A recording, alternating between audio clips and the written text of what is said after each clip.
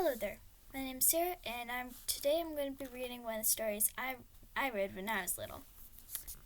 Skippy Jones and Snow White by Judy Scarner.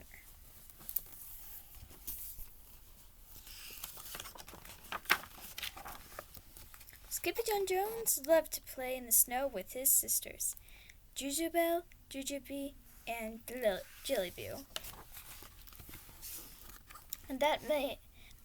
And this melted his mama's heart faster than a bowl of butter on a hot beach. "Come on in, kitten mittens," called Mama Junebug Jones.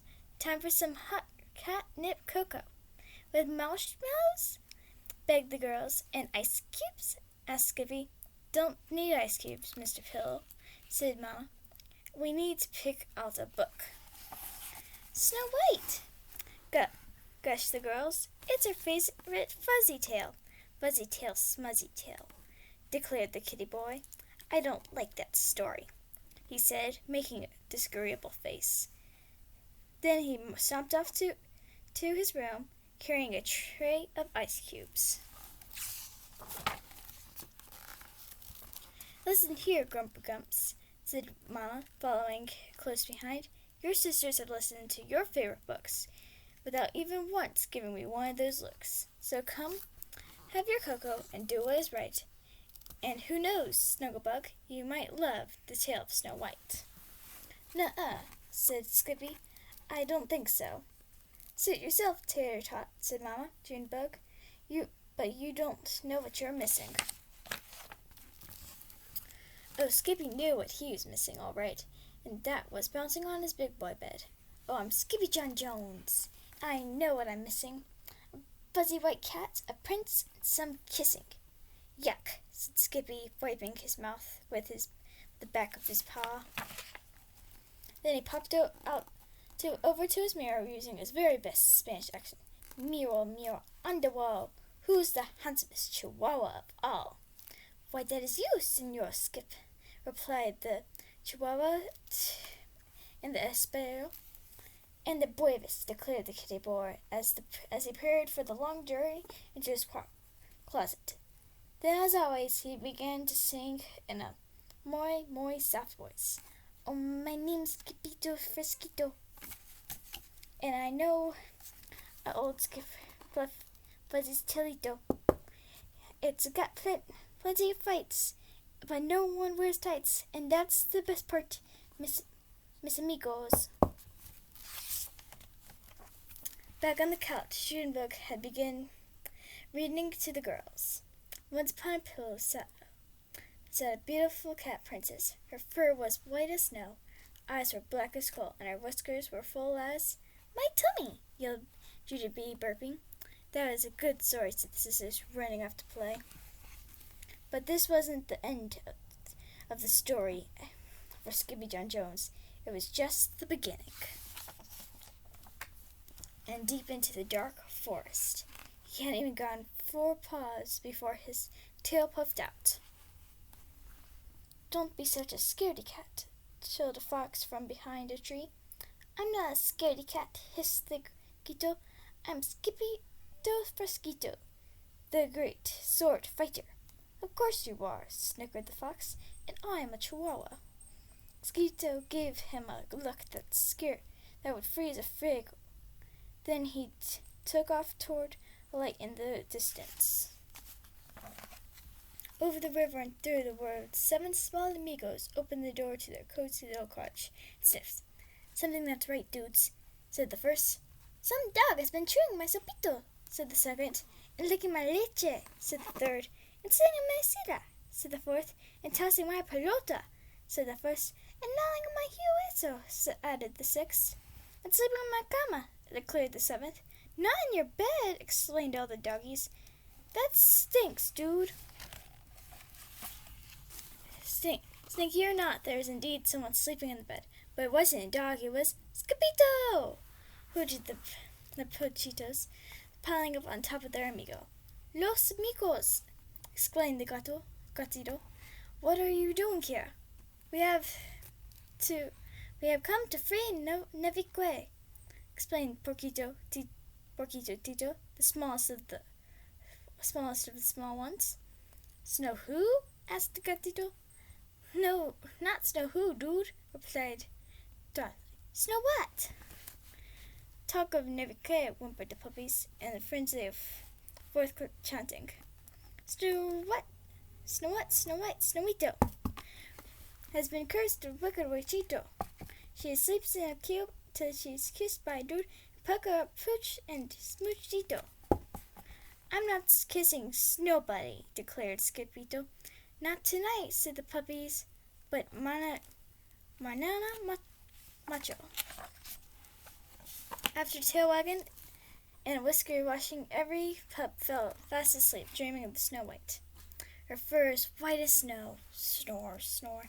Her eyes as black as coal, snore some more.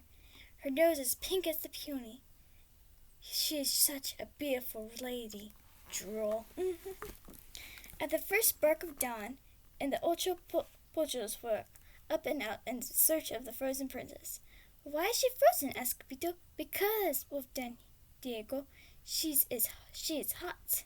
See, added Pito Tito, and the wicked Porta is not.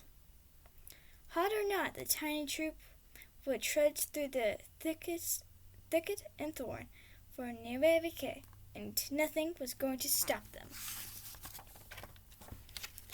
Not even a sleeping dragon. But it stopped Skippito. He fainted. He's out cold, dude, whispered Tio Leo. Bruno, barked Burrito. Then all the puppies prepared their amigo. And the grand rescue. First they dressed him, and then they blessed him. Sanchito, salitas, sausages and peaches. Rumbo tummy in the dragon's den, one little dog with strength of 10. Salitas, sausages and peaches. One more time. Salitas, sausages and peaches. Rumble tummy in the dragon's den, one dog with strength of 10. Salitas, sausages and peaches. Scooter woke up. He not only smelled like a sausage, he looked like one too. That's right. They're tights, scolded Tito, and any prince who has ever rescued a princess has had to wear them. But who's doing that? Asked Capito, scratching his head. Dude, howled the doggies in disbelief. You are! Suddenly, a wooden puff of panic poofed out of Capito's tail and popped the pilotes. Stand back, warned Burrito. Then, quicker than you can say, snail scales and humpback whales, Capito's rocket up over the waking dragon. Roared the dragon with a shot of flame.